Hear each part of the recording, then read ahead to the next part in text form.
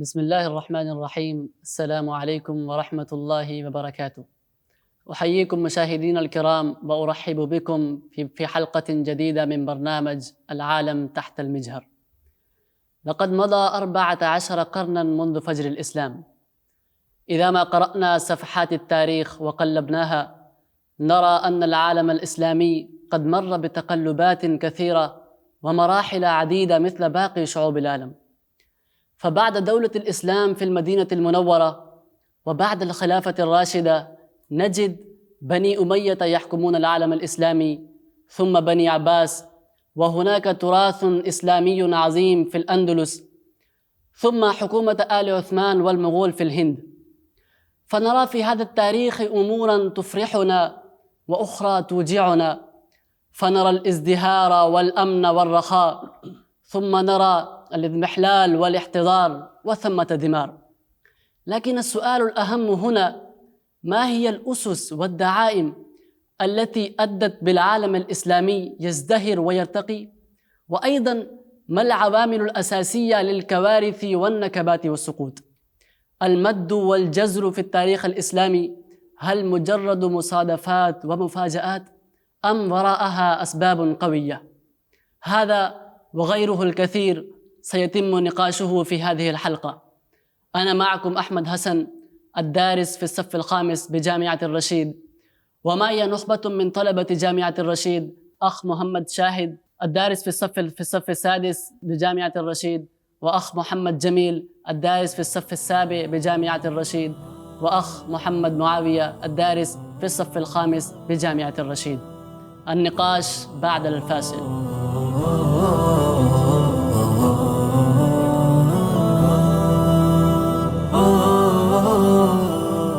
أهلا وسهلا بكم من جديد. كانت الدولة العثمانية قوية بحيث لم تكن تعادلها وتساويها غير دولة إسبانية، ونراها أيضا في كثير من الأحيان تخضع لآل عثمان. فما الذي حدث وما الذي أدى إلى انهيار هذه الدولة؟ أخ شاهد، ماذا ترى أنه ما هي الأسباب والعوامل التي أدت إلى انهيار وسقوط هذه الدولة؟ بسم الله الرحمن الرحيم. شكرا على الاستضافة أولا. عادة ما يتم تقسيم عصور هذه الدولة العثمانية العظيمة إلى عصر القوة، ثم إلى عصر الضعف، ثم إلى عصر الانحطاط والإزملال والحركات القومية. بدأ عصر الضعف من سلطان سليمان، بعد السلطان سليمان القانوني، عندما كانت سطوة الحريم وسطوة الأغاوات في القصر، وكذلك سطوة الانكشارية. كانت هنالك عوامل وأسباب، ولكن برأيي أنا العامل القوي الذي ضربت هذه الدولة العظيمة في صميمها، والتي لأجلها اختلت ميازين الولاء والبراء، وأيضا التي خلقت الفجوة الواسعة بين العلماء والمصلحين ورجال الدولة، هو كانت التغريب، حركة التغريب. ما المراد من التغريب؟ يمكن أن تقول هو التبعية الكلية للغرب. ليتها يا حبذا لو اقتصرت على الاستفادة نتائج جهودهم، فالحكمة ضالة المؤمن أينما وجدها فهو أجدر بأن يأخذها. لكن عندما تكون هنالك استبدال القوانين الوضعية بالقوانين الشريعة بقوانين الشريعة السماوية، فهنالك يبدأ الانحطاط، هنالك يبدأ الإزمحلال. فعندما ننظر إلى جذور هذه حركة التغريب، فهذه بدأت بعد الحملة الفرنسية. هناك كانت ثورة فرنسية، والتي كانت ترى أن الحائل والعائق القوي أمام التطور هي الدين. فبعدما حدث هنالك الانقلاب والثورة، فكانت تريد الآن أن تكون هذه الثورة في جميع الأقطار. لأجل هذه تقدمت إلى مصر، وكان يقودها هذه الحملة نابليون، وكتب في كتبه نحن نريد بهذا أن هذه مصر في حضارة متخلفة، نحن نريدها أن نخلص من حضارة المتخلفة. فجاء بأحدث متطورات عسكرية واستخدمها في الحرب، بالتالي يعني جيوش المماليك إنهم يعني انهاروا أمام هذه المعسكرات، متطورات عسكرية، فوقع يعني في أنفسهم يعني استغراب في بداية الأمر والإعجاب يعني بهذه التطورات العسكرية. أول حرب أو أول مكيدة لهم هو يملك عقول المسلمين، أن يملكوا أن يفوزوا في حرب نفسية. وبالتالي نابليون كان يعلم أن المسلمون لشدة تمسكهم بالدين لن ينقادوا له ولن يستمر حكمه طويلا، فهو هنا استخدم يعني المكر والحيل التي هي من خصائصهم، فأعلن الإسلام وأعلن احترامه لتعليم الإسلام وتزوج بالمسلمة. ويعني حدث لأول مرة يعني في التاريخ الإسلامي حيث يعني تأتي دولة تحتل دولة مسلمة ثم تضع لها قوانين وتقوم بالتشريع، يعني التشريع الفرنسي. يعني قبل ذلك أيضا كان الصليبيون يحتلون يعني الأراضي والقطعات من الأراضي الإسلامية، كانت فقط سيطرة، لم تكن هنالك التشريع قانوني لهذه الدولة حيث تكون هنالك تحت هذا القانون، وهذا القانون يكون وضعيا ويكون في مقابلة يعني القانون السماوي. فهنا أولا يعني حدث الانهزام النفسي، ثم كان هنالك انبهار أولا بقوة السلاح أولا، ثم كان انبهار بالعلم الغربي، يعني جاء معه يعني مع هذه الحملة الرجال المثقفين من الغرب، ثم أيضا كان هنالك انبهار بالمطبعة التي جاء بها نابليون، ويمكن في الجملة انبهار بكل ما هو غربي وليس إسلام. وأعجب المسلمين وهذا يعني حركة التغريب استمرت، ثم يمكن أن ترى يعني بعدها يعني في عهد المجيد الأول، حيث يسمى هذا العهد وهذا الدور بعهد التنظيمات، حيث يعني كانت هنالك يعني تنظيمات يعني في القوانين، يعني تشريعات، تقنينات ثم تشريعات يعني في القوانين الدولية، استبدلت القوانين الشرعية بالقوانين الوضعية الفرنسية، وطلبوا لأجلها الرجال من فرنسا ليقوموا بهذا تحت يعني رئاسة الصدر الأعظم رشيد رضا. ثم يعني هذه يعني الحركة التغريبية مهدت طرق للاستعمار الفكري والتعليمي. يعني في السابق يعني كان إذا أنت خاطبت المسلم وقلت له أن هذا حكم الله، فكان بالبداهة المسلم يعني كان عنده الاستسلام. يعني في السابق يعني كان من البداهة عند المسلم أنت إذا خاطبته أن هذا حكم الله فكان يسأل هل ثبت هذا من الكتاب والسنة، فإذا اتضح له أن هذا ثبت من الكتاب والسنة كان يستسلم، ثم لا يجد في أنفسهم حرجا مما قضيت ويسلم تسليما. ولكن الآن يعني عند هذا المسلم فقدت يعني هذه الصورة البداهية، وبالتالي فقد الاستسلام، وبالتالي كل شيء بالعقل، فقد الإسلام الميزانية. الآن إذا قلت له أن هذا حكم الله فلا يمكن أن تقول أن ثبت من الكتاب والسنة فعليك أن تستسلم. كان هنالك يعني خطوة إضافية وهي التجربة العقلية وغير ذلك. كان هذا الفراغ لابد أن يملأه مصلح، ولكن بما أن هذا الفراغ بقي فراغا فحله الدبلوماسيون والسياسيون الذي كان لديهم إعجاب شديد يعني بالتعاليم الغربية، فسادت هنالك القيم الغربية واضمحلت القيم الإسلامية. وهذا ما ذكره يعني الكاتب التركي الشهير نجيب، قال: ولأجل خلو الإمبراطورية العثمانية طيلة 3 قرون من مصلح ومفكر وأصيل حل محله الدبلوماسيون والسياسيون المقلدون للغرب. تمام، يعني وصلت الفكرة بأنه كان هناك فقدان القيادة الربانية. أخ جميل، كان آل عثمان يعانون أي المصلحين الحقيقيين الذين يقدمون للجماهير المفاهيم الصحيحة للإسلام. فماذا تقول، ماذا في رأيك، ما هي الآثار الأخرى؟ شكرا جزيلا أولا على الاستضافة. قبل أن أخوض في جوابي أريد أن أعلق على ما قاله أخي الشاهد، وهو كلام وجيه. تفضل. مثلا تحدث عن حركات التغريب وأن هناك فجوة بين العلماء والقادة الحقيقيين الربانيين وبين المجتمعات الغفيرة. فإذا تحدثنا عن هذا الجانب حقيقة مهمة جدا. يعني لو ذهبنا شوية للتاريخ إلى عصر السلطان إلى عصر السلطان محمود الثاني، من هناك كما قال أنها بدأت حركات التغريب وحركات التجديد والتأثر بالغرب وأخذ كل ما للغرب. فكان جميع نواحي الحياة وكل ما نعم كان لدى صحيح. الغرب.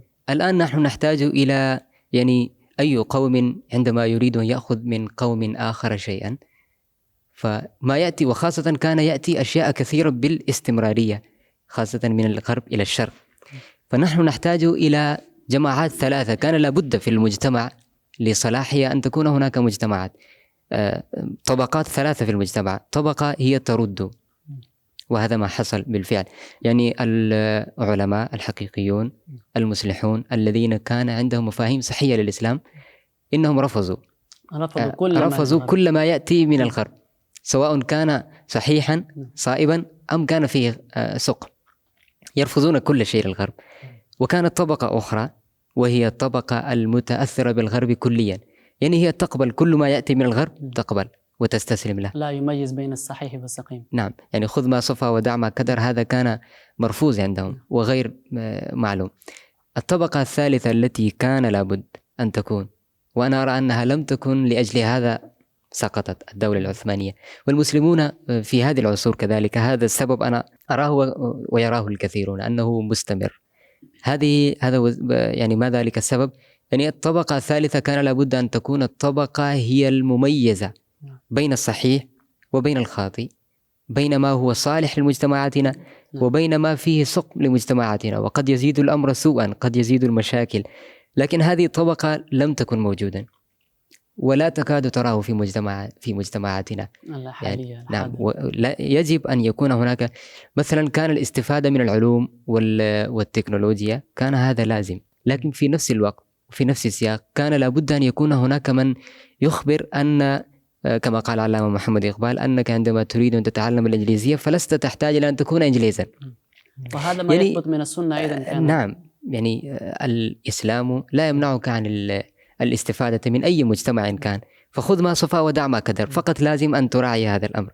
هذا كان مفقود، والعالم الإسلامي إذا يريد أن يرتقي ويزدهر يجب أن يأخذ من كل قوم ما يفيده، ولكن تحت مراعاة لهذه القاعدة، خذ ما صفى ودع ما كدر. وأيضا في حديثي حول الجواب عن سؤالك، من مظاهر أو الآثار السلبية لهذه الفجوة التي حدثت بين العلماء أو الخطأ في فهم الإسلام الصحيح، كان هناك معايير خاطئة للناس، وكان هناك مفاهيم غير صائبة حول الإسلام، ففهموا الإسلام في صورته الناقصة.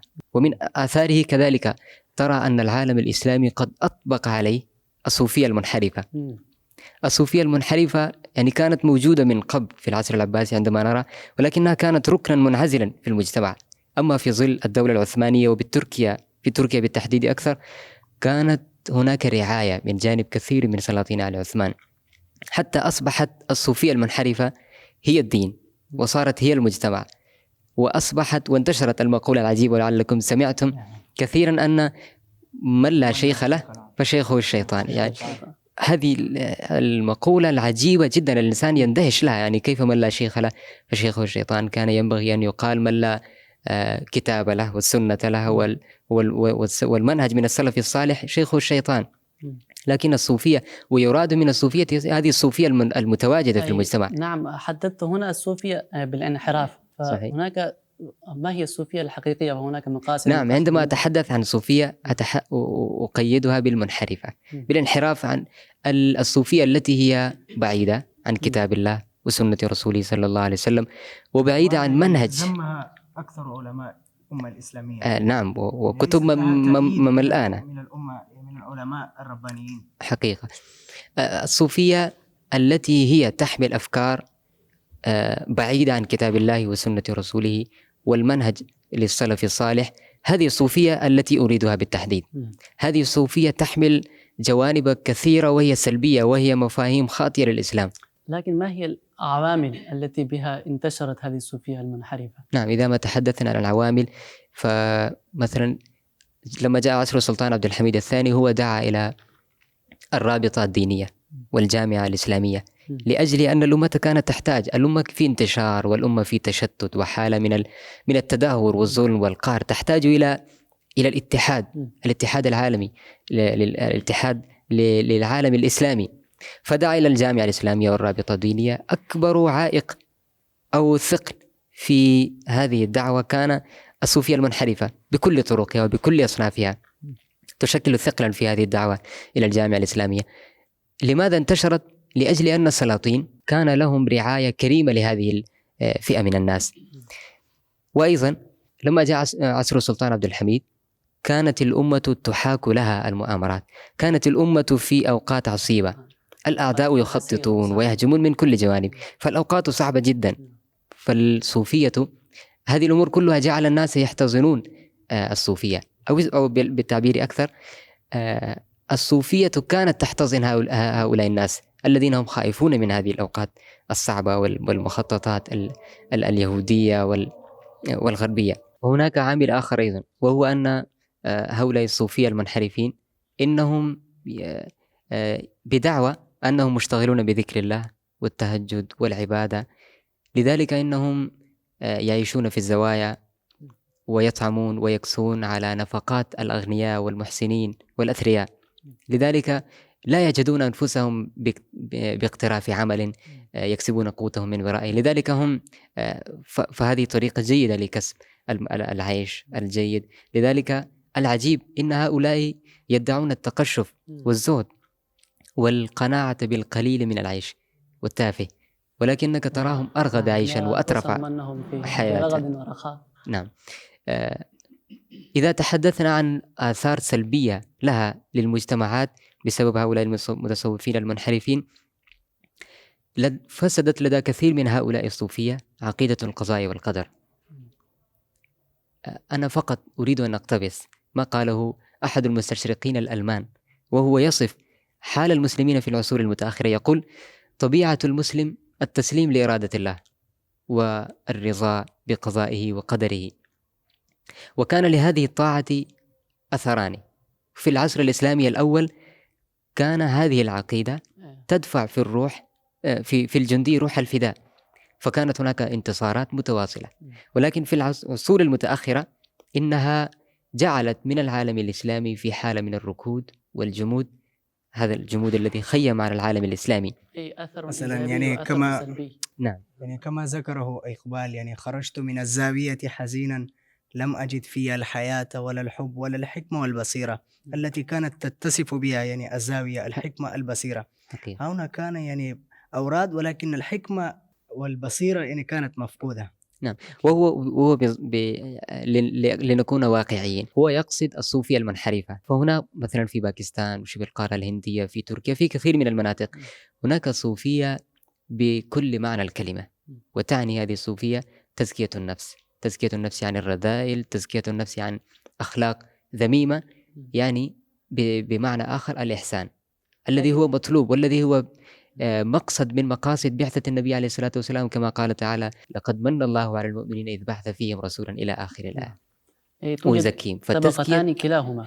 نعم. ليس هناك طبقة على سبيل الحصر، بل كلا الطبقتين، الصوفية المنحرفة والصوفية الحقيقية، فلا بد من التمييز بينهم، لا بد من التفريق حتى لا نكون ظالما على طبقة من الطبقات.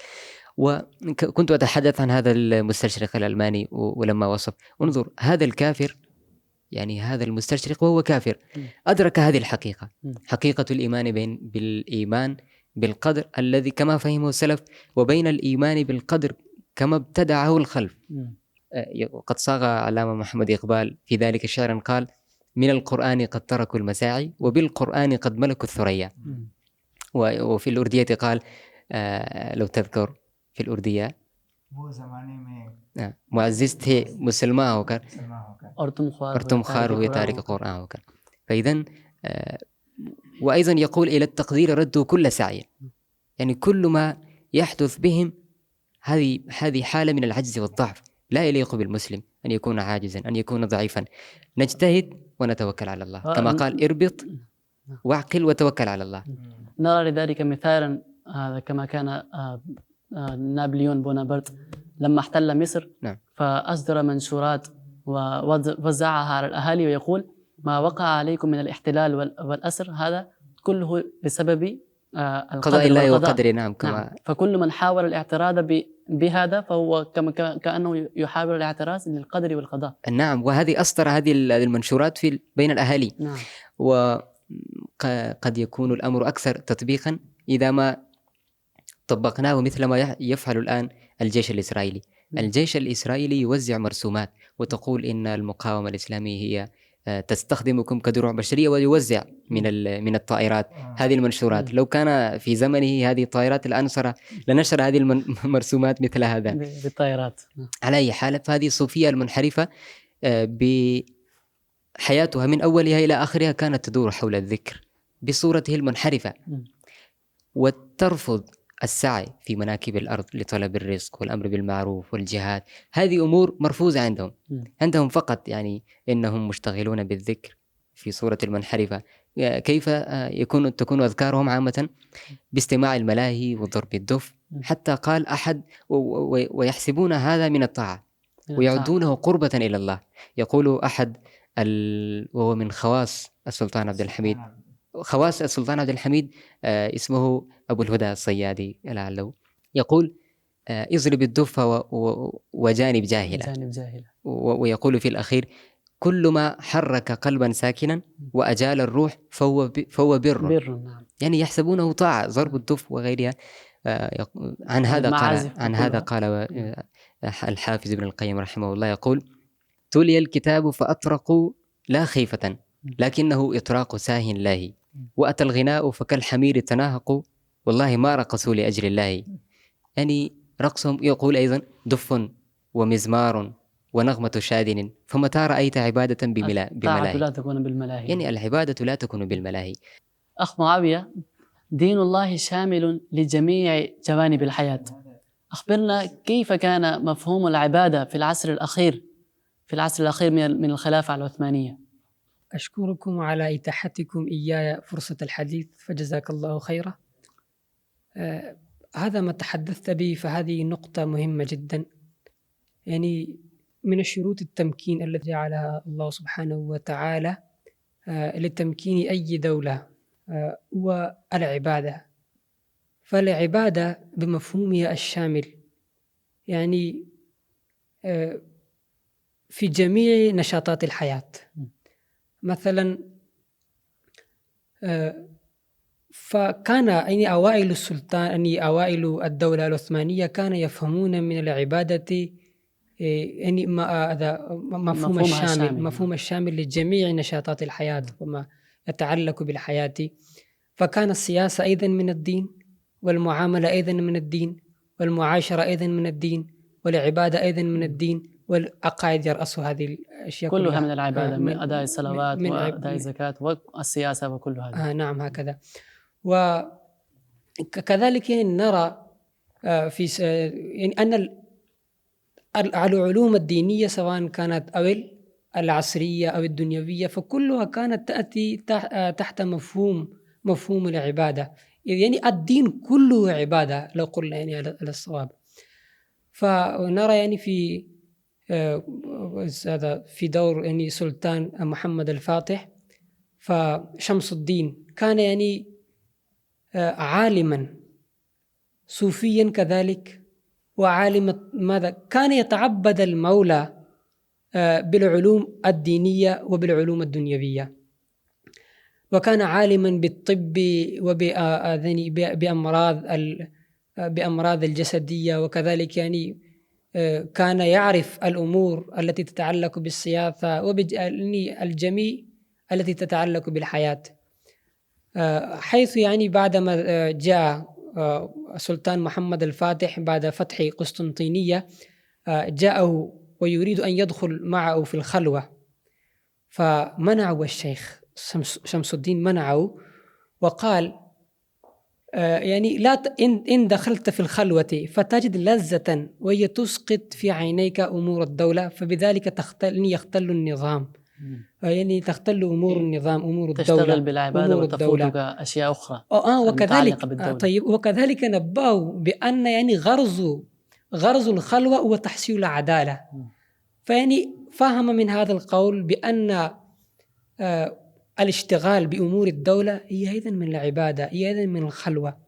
وكذلك نرى في دور سليمان القانوني العالم الجغرافي والرائد من رواد الرسم يعني الخرائط، العالم يعني ريس، العالم ريس، فهو يعني كان عالما جغرافيا وكذلك يعني كان عالما صوفيا كذلك، وهو يعد صوفيا من صوفيا الحقيقية الحقيقية يعني كما تحدث بها أخي، يعني كان عالم. يعني ما أعنيه أنا بأنه لم يجعل العلم الجغرافي خارجا من مفهوم العبادة، لم يكن.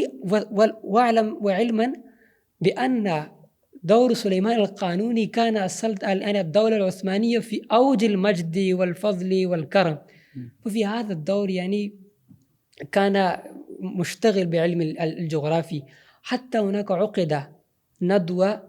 عقدت ندوة بالولايات المتحدة الأمريكية، واشترك في جميع يعني العلماء المشركين الجغرافيون المشركون يعني اشتركوا في هذا الحفل، واعترفوا بأن الخريطة التي رسمها ريس لأمريكا هي اكتشاف خارق العادة.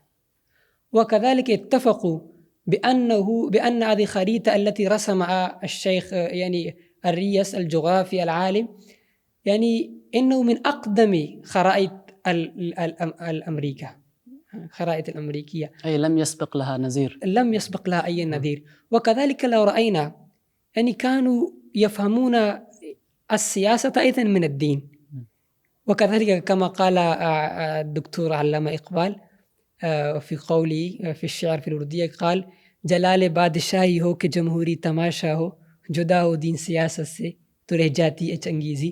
يعني عندما تختل السياسة عن الدين فهناك يبقى الظلم والاستبداد، ولكن أن تتخلى يعني عندما تتخلى السياسة عن الدين فتبقى هناك يبقى الظلم والاستبداد. ولكن عندما نرى يعني في أواخر العهد للدولة العثمانية فهؤلاء يعني حصروا مفهوم العبادة فقط بالفرائض، يعني رجل يصلي فلا يبالي يعني بما يرتكبه من المعاصي. هذا كما تحدث به أخونا بأنه لم يفهموا العبادة بمفهومه الصحيح، بل فهموا بمفهوم خاطئ، مفهوم الخاطئ يعني فقط حصروا يعني مفهوم العبادة فقط بالفرائض، فما كانت يعني هذه العبادات تؤدي أي أثر أي دور في حياة الإنسان. فمن هنا بدأ الدولة العثمانية يعني تنهار، وكذلك كانت تميل إلى الإضمحلال وتميل هناك إلى التنزل. ما هي الأضرار والسلبيات التي حصلت بمفهوم هذه العبادة بحصر هذه مفهوم هذه العبادة؟ نعم يا أخي، بعدما يعني حصروا مفهوم العبادة فهناك حصلت بعض الأضرار التي أدت إلى مفاسد كثيرة. مثلا صارت العبادة عديمة الأثر والفائدة. مثلا لو أخذنا الصلاة فأثر الصلاة ما هو؟ أي إن الصلاة تنهى عن الفحشاء والمنكر. وكذلك أدى هذا المفهوم الخاطئ انحصار مفهوم العبادة إلى التهاون ببقية جوانب العبادات الأخرى. مثلا رجل يصلي في المسجد فأمام المسجد يخرج فيبدأ بالغيبة وبالغش وكذلك بالكذب والبهتان، ولا يبالي بذلك بأنه يرتكب المعاصي ويرتكب الذنوب، لا يبالي، كأنه لم يجعله شيئين جزءا من مفهوم العبادة. يعني إنه حصر مفهوم العبادة فقط يعني بأداء الصلاة. عندما أدى الصلاة فكأنه عبد الله سبحانه وتعالى. وكذلك أدى هذا يعني حصر مفهوم العبادة إلى يعني العناية بالجانب الشخصي والفردي والإهمال بالجانب الاجتماعي. مثلا رجل ما هو حكم الإسلام في النظافة؟ أن يهتم الإنسان بالنظافة، فكان يهتم الشخص يعني حسب ذاته وحسب شخصه وحسب يعني فرده، فأنا يهتم بالنظافة، ولكن كان يلقي القاذورات في طريق المسلم، وكان لا يحسب هذا قول النبي صلى الله عليه وسلم يعني إماتة الأذى عن طريق صدقة، فكان لا يبالي بها. هو فضلا عن إماتة الأذى هو يرمي الأذى، كان يلقي القذى يؤذي الآخرين بهذه في طريق المسلم. وكذلك هناك كان يعني القرآن فقط كان في حد القراءة، كانوا يقرؤون آيات الجهاد لا يجاهدون، يقرؤون آيات الزكاة لا يزكون، وكذلك يقرؤون آيات يعني التي تحرض الإنسان بأن يتحلى بالأخلاق الحسنة، بأن يعني يتزين بالأمور يعني التي هي يتسبب يعني لتقدم الإنسان. وصلت الفكرة. أخ معاوية، من شروط التمكين أيضا الولاء والبراء، فإن وضحت لنا هذا قليلا. الولاء والبراء يعني لو رأينا الأوائل من السلاطين للدولة العثمانية، فكانوا عاملين بقول الله سبحانه وتعالى: لا يتخذ المؤمنون الكافرين أولياء من دون المؤمنين ومن يفعل ذلك فليس من الله في شيء. يعني وكان المسلم يحب أخاه المسلم أينما كان وكيفما كان، ويبغض جاره اليهودي والنصراني، أي كانوا كجسد واحد. يعني المسلم إذا كان المسلم في الشمال الأفريقي كان يتألم بألم أخيه في الشام.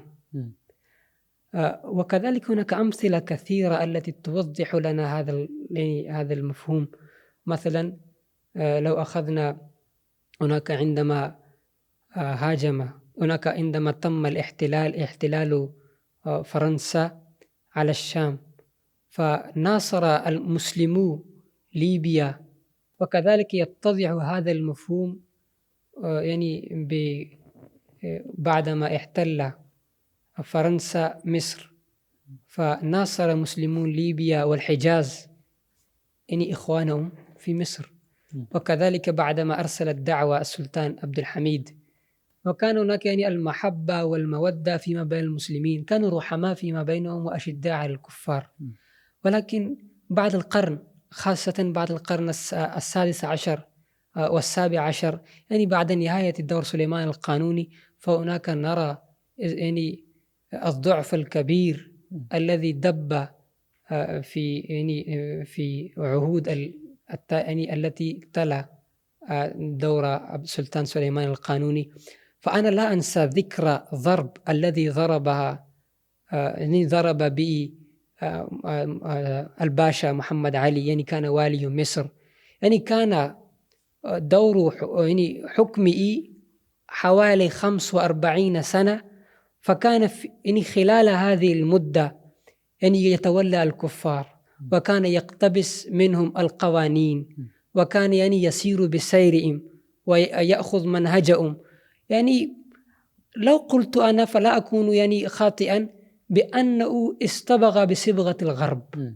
يعني لو قلت بأنه كان يعني كان يحكم يعني الدولة العثمانية بإعانة من الغرب، بأساليب غربية بما فبذلك وجد يعني المسيحيون وكذلك النصرانيون يعني فرصة تدخل في الدولة العثمانية، فبذلك يعني بدأ تضعف الدولة العثمانية يوما فيوما حتى نهاية القرن التاسع عشر. وطبعا هم كانوا يتحيرون الفرصة لإنشاء المدارس والمراكز فيما بين المسلمين، وأن يدخلوا فيما بين المسلمين، فوجدوا هنا فرصة. قد أنشأوا المدارس كثيرة في جميع يعني أطراف الدولة بعد يعني، وكان يعني كل هذا تحت إشراف، وكان يعني في إعانة هذا السلطان.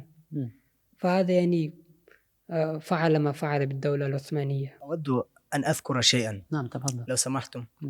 يعني كما تحدثت يعني عن حركة التغريب، غير ذلك أريد أن أذكر يعني كما أن حركة التغريب لا زالت مستمرة حتى الآن، وتعاني الأمة الإسلامية من ويلاتها، يعني داء لا علاج له حتى الآن بقيت دون علاج. كذلك يعني التحالفات الفرعية، يعني التحالفات داخل الدولة، هذا أيضا يعني هو السبب الكبير يعني في انحطاط دولة، أي دولة سواء كانت مسلمة أو كافرة. مثلا كما تجد في الدولة العثمانية كان هناك تحالفات مع رجالات الدولة يعني سرا دون يعني علم الدولة العثمانية. كذاك هذه التحالفات تجدها في جميع الخلافات الإسلامية التي سقطت. هنا السلطة المغولية تجد أن يعني القوة الشركة الهندية الشرقية يعني عندما دخلت، فأولا هي قامت بتحالفات مع حكام المحليين مثلا. هنا يعني هذه التحالفات قد تكون مثيرة جدا للاهتمام. لا يمكن يعني أن تفكر يعني كيف يعني خطورة هذه التحالفات. مثلا في الهند أنت ترى إنما القوات يعني الشركة الهند الشرقية عندما بدأت في التحالفات يعني كان هناك يعني أولا عليك أن تتخلى عن الجيش. يعني الجيش نحن نشكله، أنت فقط تدفع إلينا يعني تدفع إلينا الدخل، يعني تدفع إلينا النقود السنويا. ثم إذا لم تتمكن من دفع النقود ثم ماذا يحدث؟ نحن نصادر الأراضي فتكون هذه الأراضي لنا. هكذا كانت تسيطر نفوذها. والآن أيضا الدول الإسلامية تعاني من هذه. يجب أن تكون هناك مراقبة شديدة، لا ينبغي أن يسمح بأي تحالفات فرعية. هذه تحالفات فرعية أولا تأتي في نوع يعني خيري، أنها جماعات خيرية، ثم قد تأتي في شكل التعليم، وقد تأتي في شكل مثلا نحن جئنا هنا السياحين ونحن نبحث عن الآثار العلمية، كأنها تأتي نافعة ثم تظهر شكلها يجب أن تكون هناك مراقبة شديدة. كما وقد استطاع السلطان عبد الحميد الثاني أن يكتشف كل هذه الحركات السرية والتحالفات، لكن قد بلغ السيل زبه. والشيء الثالث الذي نحن نجده مشتركا، يعني أنت إذا قرأت التاريخ الأمم والشعوب قديما أو حديثا تجد هنالك شيئا يعني وهو الفرق المشترك بين الأوائل والأواخر، في سواء كانت يعني الإمبراطورية الرومية، الإمبراطورية الفرنسية، الإمبراطورية العثمانية. الأوائل يعني يبدأون رحلتهم يعني في حياة خالية عن الرغد والترف واللهو، يعملون بجد. وأفضل مثال لذلك الصحابة رضوان الله تعالى عليهم أجمعين، إنما خرجوا كانوا فقراء، يعني لباس مرقع وأحذية مقطعة، يعني ربطوا الأحجار، ولكن فتحت لهم البلاد ورحب بهم العباد، لأن كانت وراءهم غاية، كانت لديهم مهمة يسعون وراءها. كلما كانت لدى أمة مهمة وهدف تسعى وراءها فهي لا تقع في مؤامرات خارجية. عندما كانت لدى الدولة العثمانية مهمة، يعني مثلا في البداية كان لديهم فتح القسطنطينية، هذه كانت مهمة كانوا يتوارثون عن آبائهم وأجدادهم، يعني فكانت في هدف مستمر كانت تتطور، ولكن بعد ذلك لم تكن لديها مهمة، لم يكن أي هدف، لم يكن يعني أنها كانت في حرب دائم مع الأوروبيين مثلا، يعني كانت تقف في وجه البرتغاليين، وكانت تقف في وجه الإسبانيين، وكان أيضا تقف في وجه الروس وتحد من سيطرة، ولكن لم يكن هنالك يعني مهمة الأصلية التي تسعى إليه، فبالتالي يعني إن سقطت في مؤامرات الغير. فعند من هذا تعرفنا يجب دائما أن تكون لدى الدولة يعني مهمة أن تسعى وراءها، لا يجب أن تكون يعني في زمن من الزمان وفي آن من الأوان يعني خالية عن مهمة. صحيح، وصلت الفكرة. أخي أحمد حسن، إنه أخي الشاهد تحدث عن أنه لازم أن يكون في المجتمع الإسلامي وخاصة عند القادة أن تكون هناك مهمة وهدف الذي لا بد من هذا الشعب أن يحققه. نحن دائما ما ننحاز نحو ما هو موجود في سوقنا، نحو ما هو موجود في مجتمعنا وحولنا، ننحاز وراءه ونتأثر به على قادتنا. يعني تأثرنا كثيرا بالغرب ولم نستفد منه الجانب الإيجابي، بل أخذنا منه كل ما كان يعني أضر صالح بمجتمعاتنا. نعم. فعندنا ثروات، عندنا خيرات، عندنا ممتلكات، نمتلك. العالم الإسلامي يمتلك أكبر قدر من الموارد البشرية، من الموارد الطبيعية.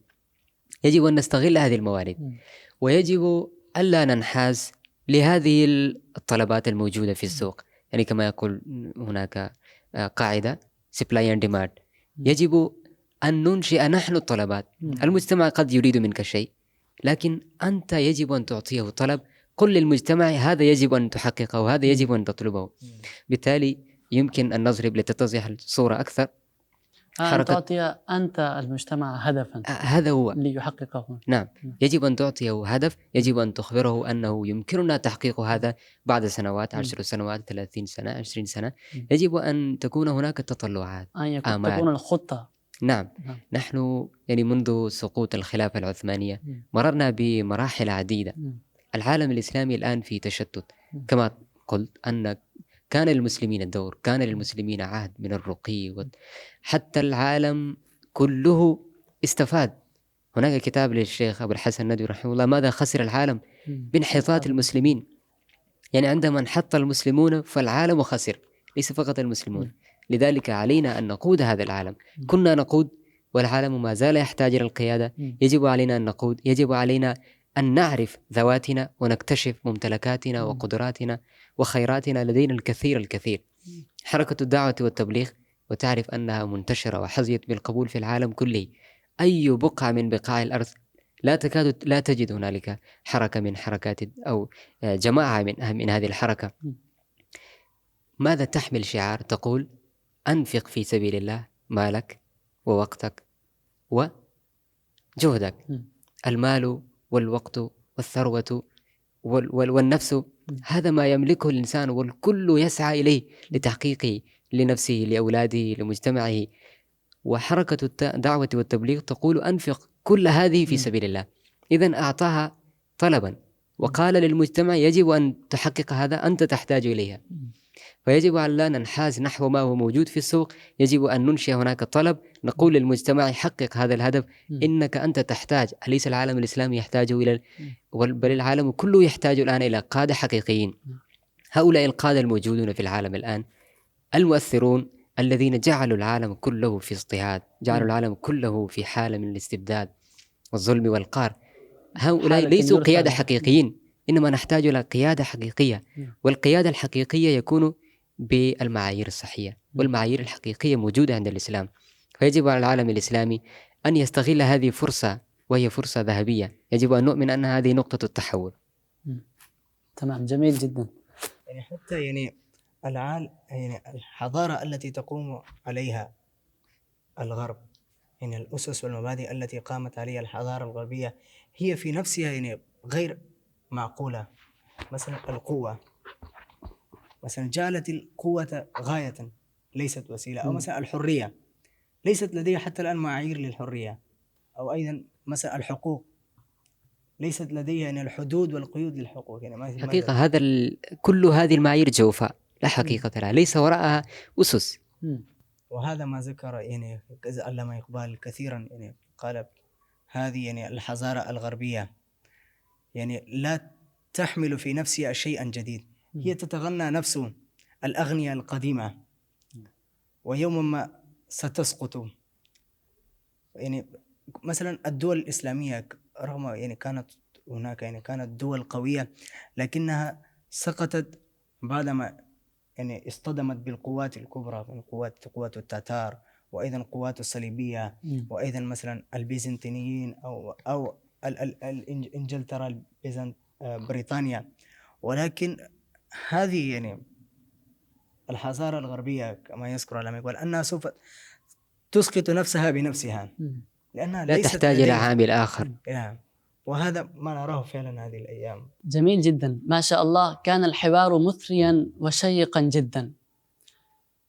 من لم يستحضر ماضيه ولا يتطلع إلى غده محكوم عليه بالفشل. لكن السؤال الأهم هنا: هل نتعلم ونستخلص الدروس من ماضينا؟ أم ما زلنا وقادتنا نكرر نفس الأخطاء التي أدت بنا إلى هذه الحالة وجعلتنا تابعين للأمم بعد أن كنا قادة لها؟ سنفتخر بتعليقاتكم وآرائكم، وإن كان لديكم أي إضافة من الأسباب شاركونا بها، والشكر موصول لكم، والسلام عليكم ورحمة الله وبركاته.